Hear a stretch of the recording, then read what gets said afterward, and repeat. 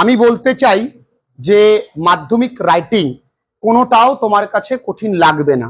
সেই যেই টপিক 2026-এ দিক না কেন, সেই টপিকে আমরা লিখে আসতে পারবো, কারণ আমরা কোনো টপিকই বাদ দেব না প্র্যাকটিস করা থেকে।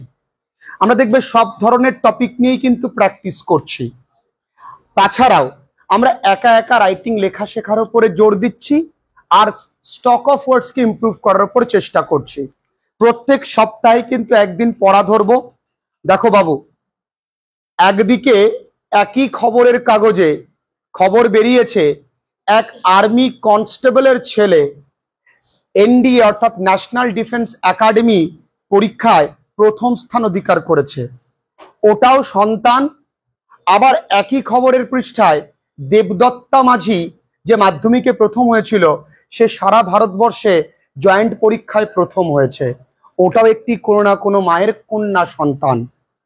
আবার একই পৃষ্ঠায় খবর দিয়েছে, একই পৃষ্ঠায় বেরিয়েছে কোনো ছেলে তার বাবার ব্যাংকের টাকা নিয়ে গিয়ে গেম খেলে টাকাগুলো নষ্ট করেছে, তারপর ভয়ে আত্মহত্যা করতে বাধ্য হয়েছে। আমার মোট কথা এটাই বলার উদ্দেশ্য, তুমি যদি খারাপ কাজ করো, তোমার খারাপ কাজের শাস্তি তোমাকেই পেতে হবে এবং তুমি তোমাকে নিজে দেবে। যদি তুমি কোনো অপরাধ করে থাকো, সময়কে অপচয় করে থাকো, কেউ তোমায় শাস্তি দিতে আসবে না। যদি কেউ তোমায় শাস্তি দেয়, সে হলো তুমি স্বয়ং, নিজেকেই নিজে শাস্তি দেবে। আর ওই আত্ম অনুশোচনাই তোমার জীবনের চরমতম শত্রু।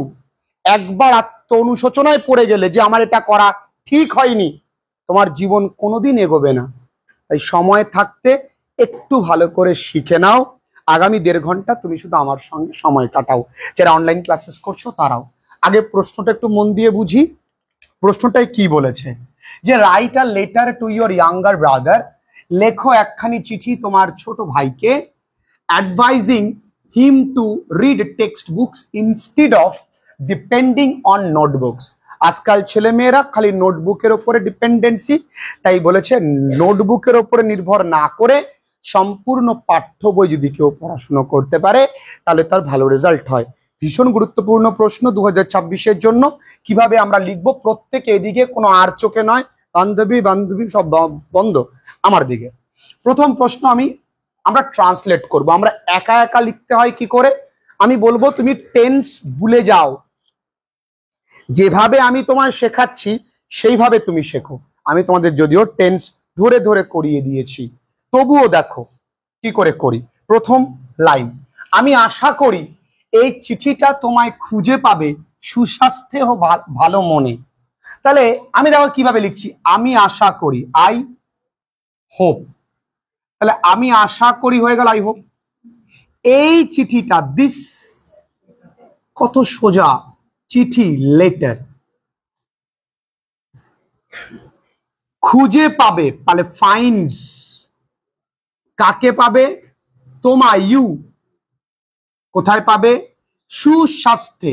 তাহলে I hope this letter finds you, সুস্বাস্থ্যে কি, কেমন, ইন গুড হেলথ, বা আমরা লিখতে পারি ইন গুড হেলথ, না লিখে আমরা লিখতে পারি হেলদি, লিখতে পারি না।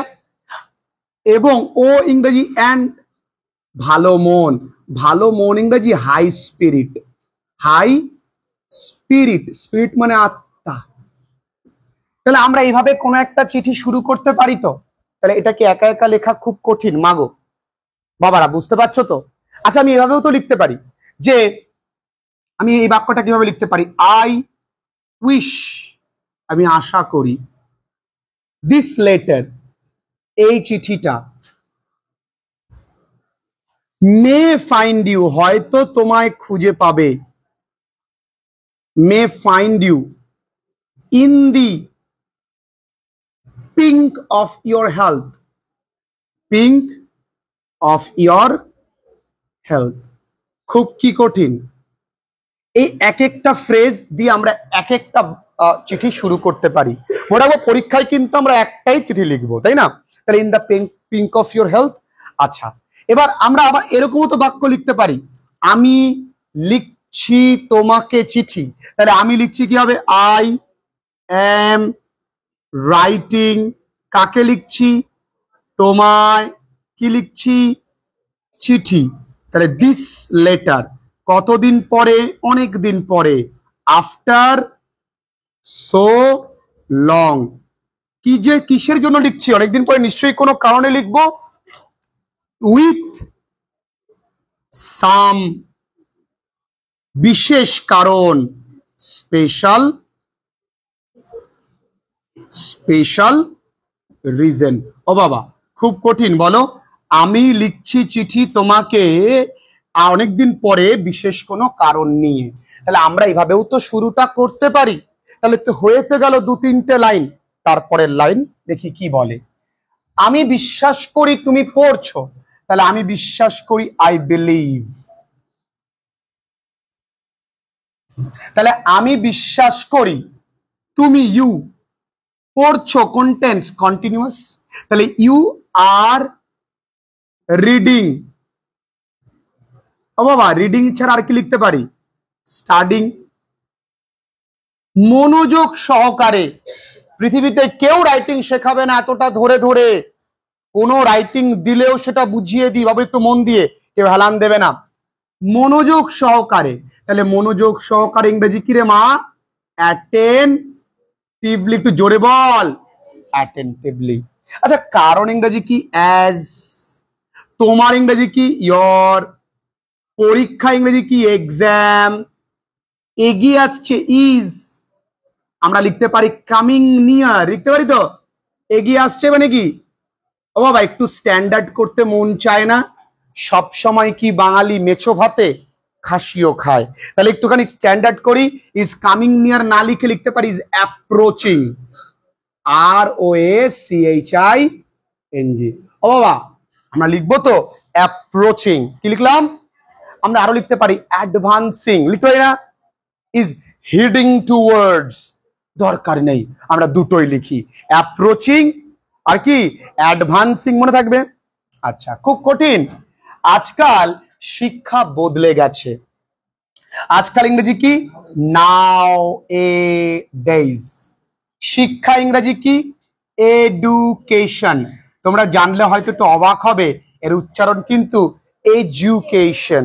আচ্ছা হ্যাজ বিন কি হয়েছে, বদলে গেছে, চেঞ্জড। এবার ধরো এখানে একটা বাংলায় দিল, আজকাল শিক্ষা অনেক বদলে গেছে, তাহলে অনেক ইংরেজি আমরা কি দেবো, এ লট, কি দেবো। তাহলে নাওএডেজ এডুকেশন হ্যাজ বিন চেঞ্জড আ লট। এমা খুব কঠিন, গেছে প্যাসিভে করেছি তাই। দাদা আমি, আচ্ছা স্যার আমি কি করে পারবো, আমি আপনার মতো লিখতে কবে পারবো স্যার।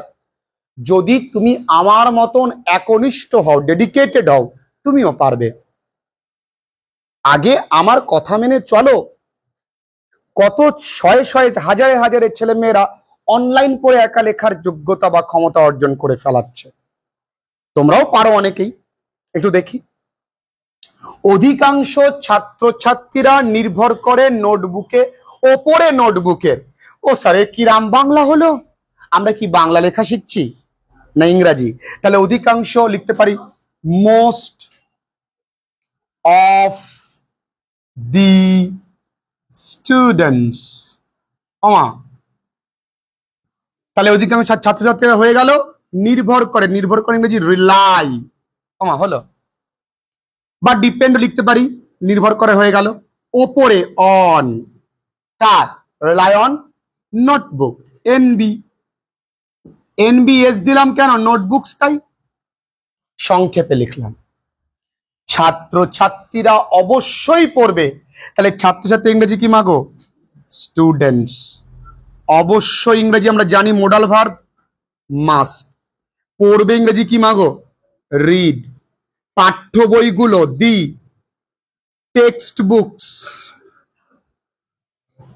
ওমা খুঁটিয়ে ইংরেজি কি, দা ক্যাটে আমরা পড়েছি মাইনিউট, পড়িনি, তাহলে খুঁটিয়ে ইংরেজি কি, মাইনিউটলি, তাই তো।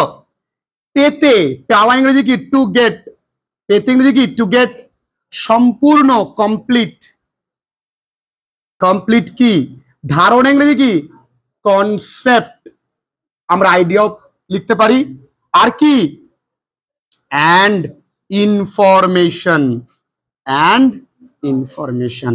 আচ্ছা সত্যি করে বলো তো খুব কি কঠিন লাগছে? মনে হচ্ছে রাইটিং এত সোজা। আমরা যদি বাংলাটাকে সহজ করে ভাবতে পারি তবে ইংরেজি সহজ হবে।